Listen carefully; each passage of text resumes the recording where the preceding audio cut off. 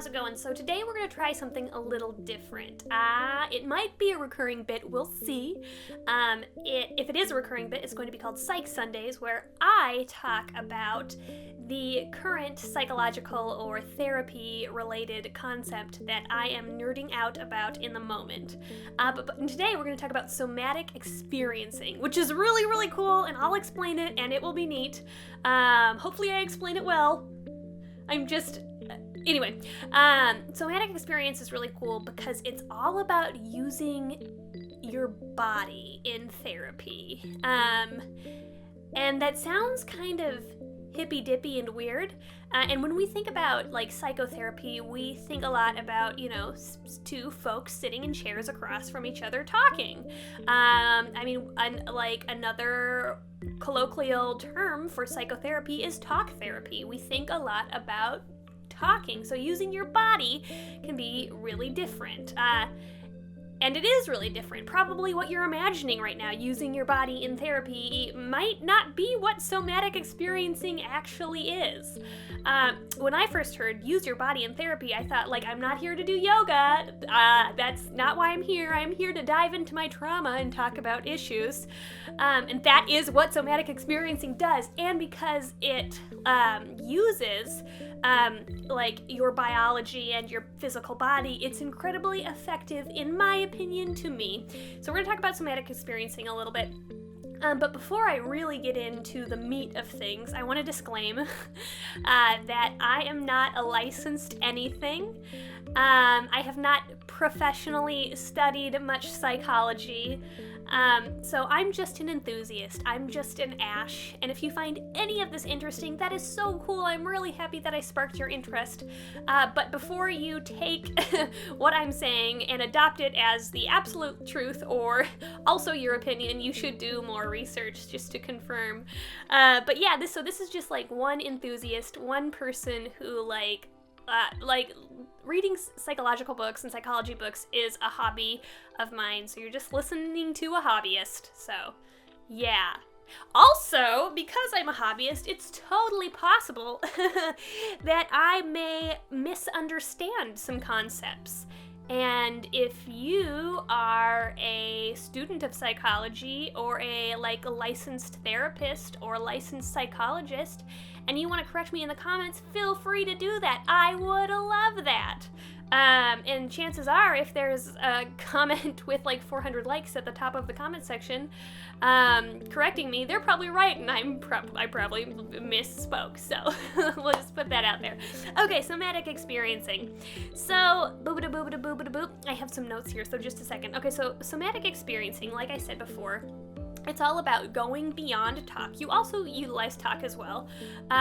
It's important about communicating what's happening in your body and things like that. But somatic experiencing is all about honoring the fact that your body and your biology plays a huge role in your trauma responses. And what somatic experiencing is often used to treat are the symptoms and effects of trauma. And that could be shock trauma, which would be a car accident, or some kind of one-time thing that perhaps a person has PTSD from, or developmental trauma. And that's kind of that's a longer, more complex trauma that happens over a longer period of time. Maybe you had a childhood that had a lot of adverse situations. Maybe you experienced neglect and so on, or maybe you just didn't have your emotional or physical needs met. So somatic experiencing can be used to treat both kind of traumas.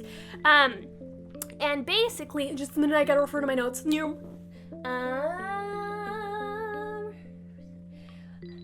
Okay, so the idea is that your body holds memories of trauma.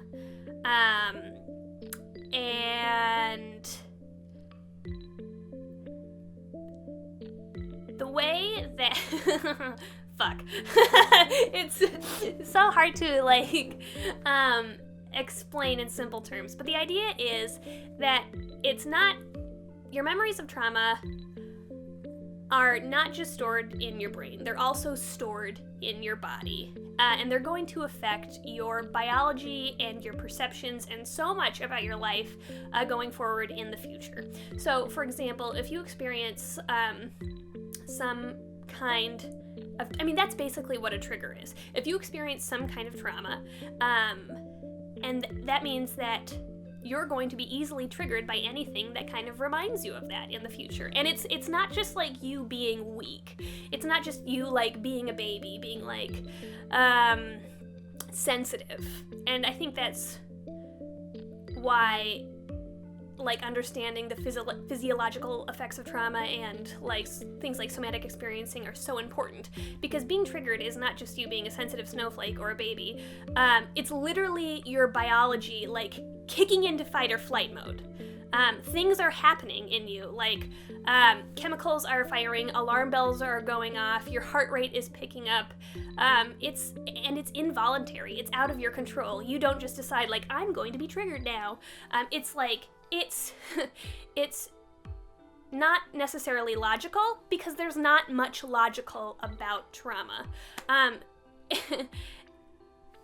When you are like going into fight or flight mode, when your system is overwhelmed by a perceived threat, your frontal cortex kind of goes, your like frontal lobe goes offline, and that's the logical part of your brain. And you're totally being run by like your amygdala and your brainstem and these really primal things. And I think it's so interesting how some folks feel like they are so logical that they have total control and they can logic their way out of any kind of feeling and any kind of threat and any kind of emotion. And I think it's so naive and illogical, which is like the irony of it.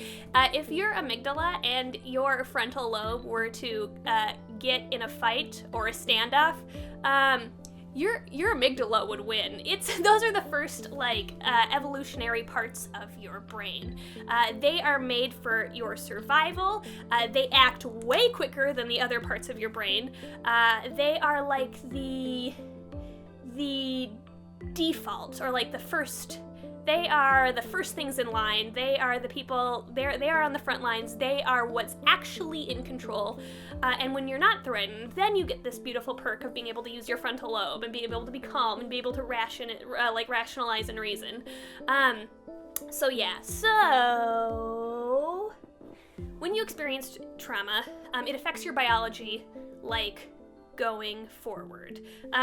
You start to have like a different kind of perceived threat, because your brain and your body don't actually know always what is a real threat and just what's a perceived threat. So that's why triggers can be nonsensical. So maybe like something happened to you, something traumatic happened to you, and there was like a dog barking in the background of that event. Maybe, and you don't even remember it, because that's something that's interesting. Your body stores like trauma memories in fragments. It's not the way that your body stores trauma memories isn't in like chronological order, and it's not the same way that your body stores other kinds of memories. So you might not even know that while this traumatic thing was happening to you, there was a barking dog, and in the future you might become triggered by barking dogs. And obviously that's not a real threat. Like a dog barking isn't a real threat, but your body like has it associated with a threat. Or maybe like somebody was super like horrible to you, abusive, like verbally abusive to you, and maybe that was really, really threatening and traumatic for you, and now like your window of tolerance for being able to handle like assertiveness towards you has shrunk. And now whenever somebody becomes like stern or assertive with you, your body perceives it as a threat. Even though logically you might know it's not a threat. They're not the same. Your body cannot help but conflate it, because all your body wants to do is protect you. It's like a really like primal survival kind of a thing. Your body isn't about like, well, let's think about this for a sec. Your body's like, this was unsafe before, and I'm meant to biologically avoid unsafe things.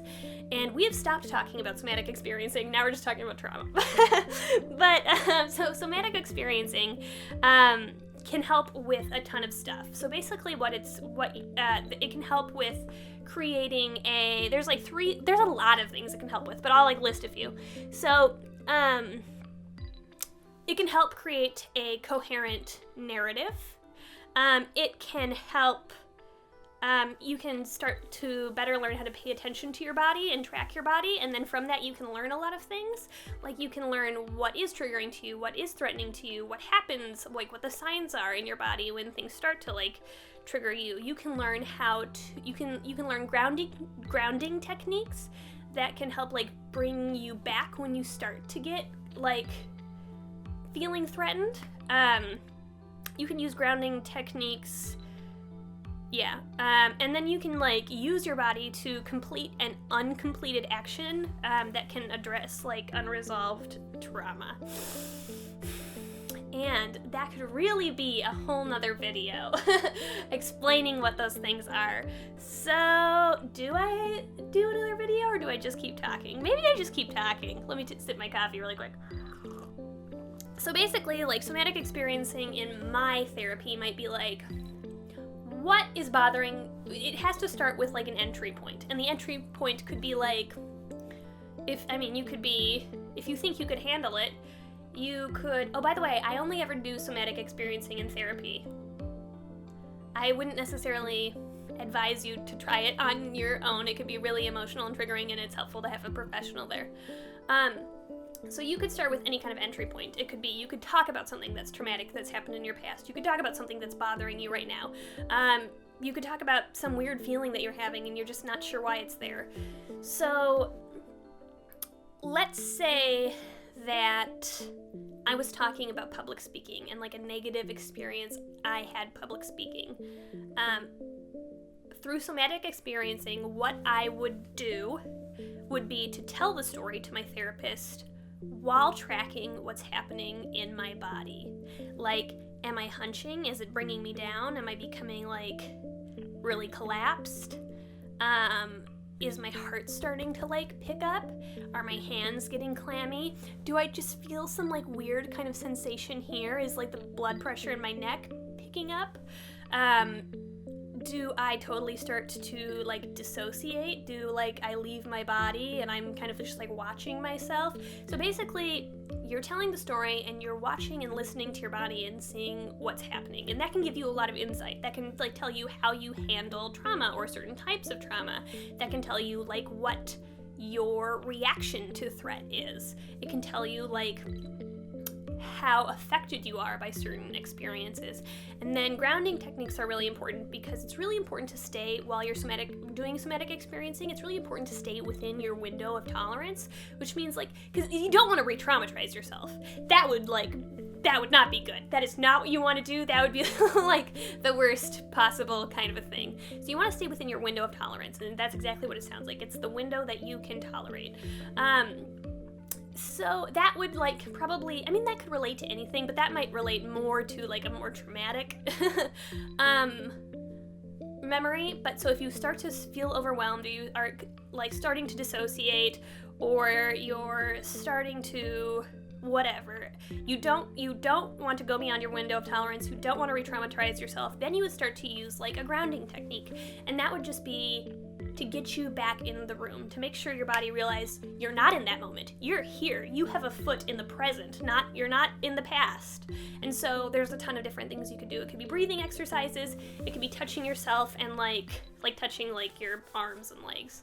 And just be like, I am here. This is my body. I feel contained. This is my like container, and this is whatever. Sometimes like my therapist will be like, look around the room and tell me 3 things that are blue. And I'll be like, the sky outside the window, the candle, and that pillow. And it will remind me like, oh, I'm in my therapist's office. I'm here.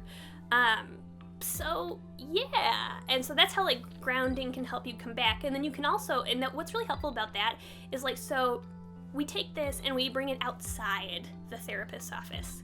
You know, you are like in real life, maybe like I'm about to public speak, and I notice, or just like anything, something triggers me in real life.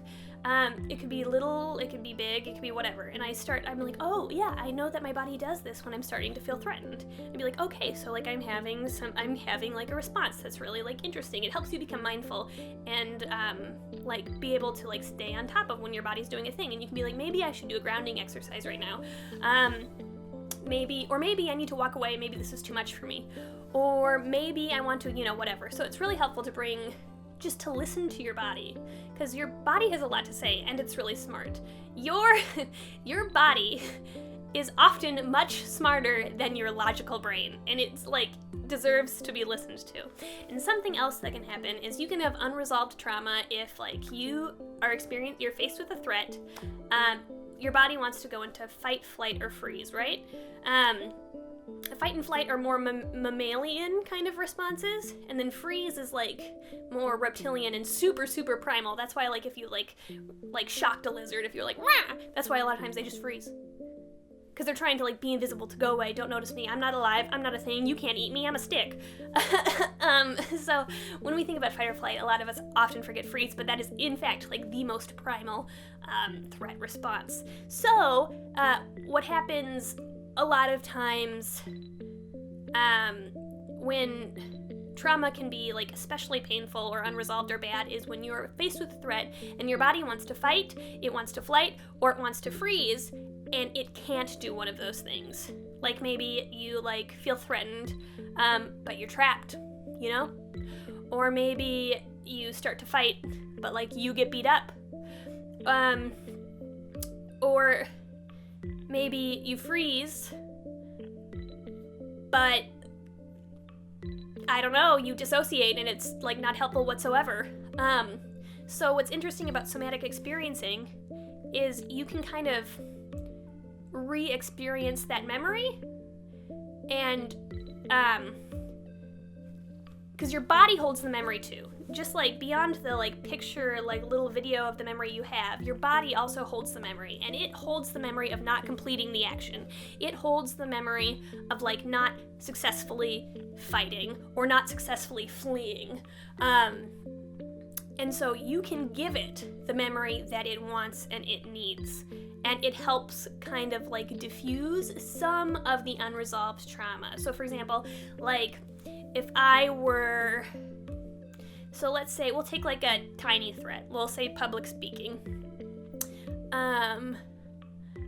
This isn't a personal example. This is an example from a therapist, from a book I read. But so there was someone who, this therapist client, felt ridiculed and mocked by their class. And they were hunched and small as they told the story, and the therapist was is this how you spoke? And they were yes. And they're why? Because I didn't feel powerful, I felt small. And then so the therapist was well, what would happen if you spread out your shoulders and were big? And can you retell me that whole story, that tiny T trauma, can you tell me that? And can you do it big and pretend you're big the whole time? And it made a really big difference for them. I've done somatic experiencing where I felt attacked before. And I think somebody's coming here. Okay, I gotta wrap this up, but perfect. I'm in a wrap-up mode anyway, where I felt attacked before. And so my somatic experiences, I got to push the attack away. It wasn't a violent push, but I got to push it away, and it truly did it sounds corny and hokey, but I cannot express how much your body craves that biological resolution and how important it is. Anyway, if you think any of this is interesting, let me know. If you think Psych Sunday should be a thing, let me know. And if you have any psych concepts you want me to talk about, I'd love to. Okay, gotta go, bye.